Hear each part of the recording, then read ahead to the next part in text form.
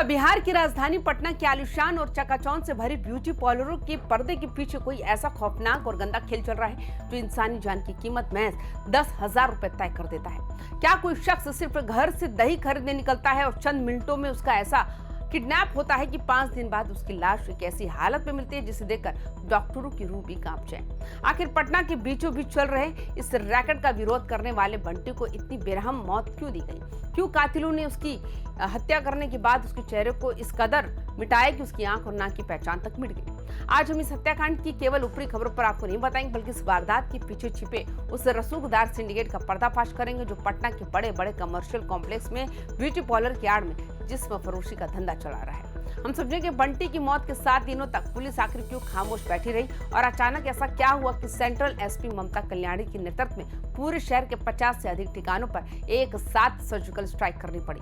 Video के अंत तक हमारे साथ बने रहिए, क्योंकि आज इस खौफनाक कहानी का वो सच सामने आएगा जो पटना के वीआईपी इलाकों की सुरक्षा व्यवस्था पर एक बहुत बड़ा सवालिया निशान खड़ा करता है। नमस्कार, आप देख रहे हैं YBN बिहार झारखंड। मैं हूं आपके साथ मुदिता त्रिपाठी।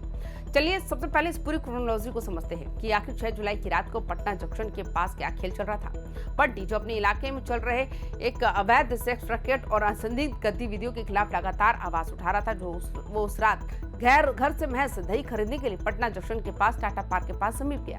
लेकिन उसे अंदाजा भी नहीं था कि ब्यूटी पार्लर के पीछे बैठने वाले आकाओं ने उसकी मौत की पूरी स्क्रिप्ट लिख डाली थी। जैसे ही बंटी वहां पहुंचता है, घात लगाकर बैठे कुछ लोग उसे घेर लेते हैं, सरे राह उसके साथ बेरहमी से मारपीट करते हैं और बीच सड़क पर उसे जबरन एक ऑटो में खींचकर बिठाया जाता है। इसके बाद शुरू होता बंटी की जिंदगी का वो सबसे दर्दनाक सफर जो पटना से करीब 60 किलोमीटर दूर आधमल गोला इलाके में जाकर खत्म होता है। पूरे 5 दिनों तक बंटी के परिवार वाले दर दर की ठोकरें खाते रहे, पुलिस के चक्कर काटते रहे, लेकिन 11 जुलाई को जो खबर आई उसने पूरे पटना को हिला कर दिया। आधमल गोला के एक सुनसान इलाके से बंटी का शव बरामद किया जाता है। ये सिर्फ एक मर्डर नहीं होता, बल्कि पूरे सिंडिकेट का एक खुला चैलेंज था जो पटना की कानून व्यवस्था को अंगूठे पर रखता है।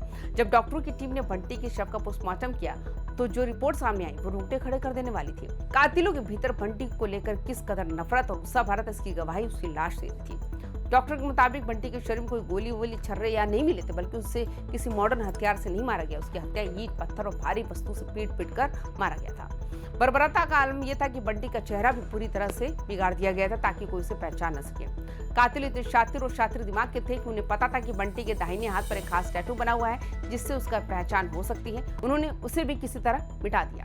उसका दाहिना हाथ लगभग नष्ट हो चुका था, लेकिन कहते हैं ना कि कातिल चाहे कितना भी शातिर क्यों न कोई सुराग जरूर छोड़ जाता है। बंटी के बाएं हाथ में एक कड़ा बचा रह गया था, वो और उसी लोहे के कड़े को देखकर उसके बदहवास परिजनों ने उसकी पहचान की। ये पोस्टमार्टम रिपोर्ट साफ इशारा कर रही है ये कोई अचानक हुआ झगड़ा नहीं था, बल्कि सोची समझी साजिश के तहत की गई कोल्ड ब्लडेड मर्डर की वारदात थी। अब सवाल उठता है कि आखिर बंटी से सिंडिकेट की क्या दुश्मनी थी? स्थानीय लोग और चश्मदीदों के मुताबिक बंटी अपने इलाके का एक ऐसा सजग नागरिक था जो ब्यूटी पार्लर के नाम पर चल रहे जिस्म के अवैध कारोबार को बर्दाश्त नहीं कर पा रहा था। वो इस रैकेट के खिलाफ होने वाली स्थानीय बैठकों और विरोध प्रदर्शनों की अगुवाई करता था। इसी विरोध के दौरान करीब 15 दिन पहले बंटी का सामना रविश नाम के एक युवक से हुआ था जो इस काले धंधे से जुड़ा हुआ नाम माना जाता था। उस वक्त सरेआम बंटी को जान से भी मारने की धमकी दी गई थी, लेकिन स्थानीय प्रशासन ने इस धमकी को गंभीरता से नहीं लिया, जिसका नतीजा आज सबके सामने है। बंटी की मौत के बाद जब मामला पूरी तरह से तूल पकड़ा और जनता का गुस्सा 7वें आसमान पर पहुंच गया, तब जाकर पुलिस अचानक एक्शन मोड में नजर आई। सेंट्रल एसपी ममता कल्याणी के नेतृत्व में एक महाअभियान चलाया गया। 1 दर्जन से अधिक थानों की फोर्स और एंटी ह्यूमन ट्रैफिकिंग यूनिट की टीम ने एक साथ पटना के 50 से अधिक ब्यूटी पार्लर और संदिग्ध अड्डों पर धावा बोल दिया। इस बड़े छापेमारी के दौरान डाक बंगला चौराहा स्थित लोकनायक जयप्रकाश भवन जैसी वीआईपी जगह पर भी रेड की गई। वही गांधी मैदान के पास मौजूद दूल्हे राजा पार्लर से एक पुरुष और एक महिला को हिरासत में लेकर बंद कमरे में पूछताछ की जा रही है। लेकिन बड़ा सवाल यही है, ये एक्शन बंटी की जान जाने से पहले क्यों नहीं हुआ? पुलिस की शुरुआती जांच में जो सबसे बड़ा और हैरान करने वाला खुलासा हुआ है वो है इस मर्डर की सुपारी का अमाउंट। पुलिस ने इस मामले में रवि उर्फ चंदू नाम के ऑटो चालक को दबोचा है। जब उसे कड़ाई से पूछताछ की तो उसने कबूल किया कि बंटी का किडनैप करने, उसे ठिकाने लगाने के लिए उसे महज 10,000 रुपए दिए गए थे। सोचिए, पटना जैसे शहर में एक जागरूक नागरिक की जान की कीमत सिर्फ 10,000 रुपए तय कर दी जाती है। अब अगर हम इस पूरे मामले का गहरा एनालिसिस करें तो ये साफ हो जाता है कि पटना के इन ब्यूटी पार्लरों में चलने वाला जो रैकेट है किसी छोटे मोटे अपराधी का काम नहीं है। इतने बड़े पैमाने पर डाक बंगला, गांधी मैदान जैसे प्राइम लोकेशंस पर वीआईपी बिल्डिंग्स के भीतर सालों साल ये धंधा बिना किसी राजनीतिक या प्रशासनिक संरक्षण के नहीं चल सकता।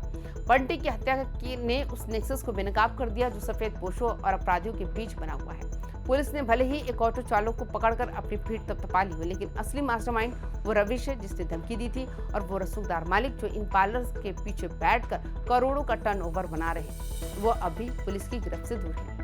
तो दोस्तों, पटना के रोंगटे खड़े कर देने वाले बंटी हत्याकांड और ब्यूटी पार्लर के नाम पर चल रहे इस घिनौने सिंडिकेट को आप किस तरह से देखते हैं? क्या आपको लगता है कि पुलिस की ये 50 ठिकानों पर की गई छापेमारी सिर्फ जनता के गुस्से को शांत करने का एक दिखावा है, या फिर इस बार वाकई इन सेक्स रैकेट्स के असली आका सलाखों के पीछे पहुंचेगी? क्या बिहार की राजधानी में एक आम आदमी का सच के लिए आवाज उठाना इतना खतरनाक हो चुका है? अपनी बेबाक राय कमेंट बॉक्स में लिखकर हमें जरूर बताएं और तमाम खबरों के लिए देखते रहिए YBN बिहार झारखंड। नमस्कार।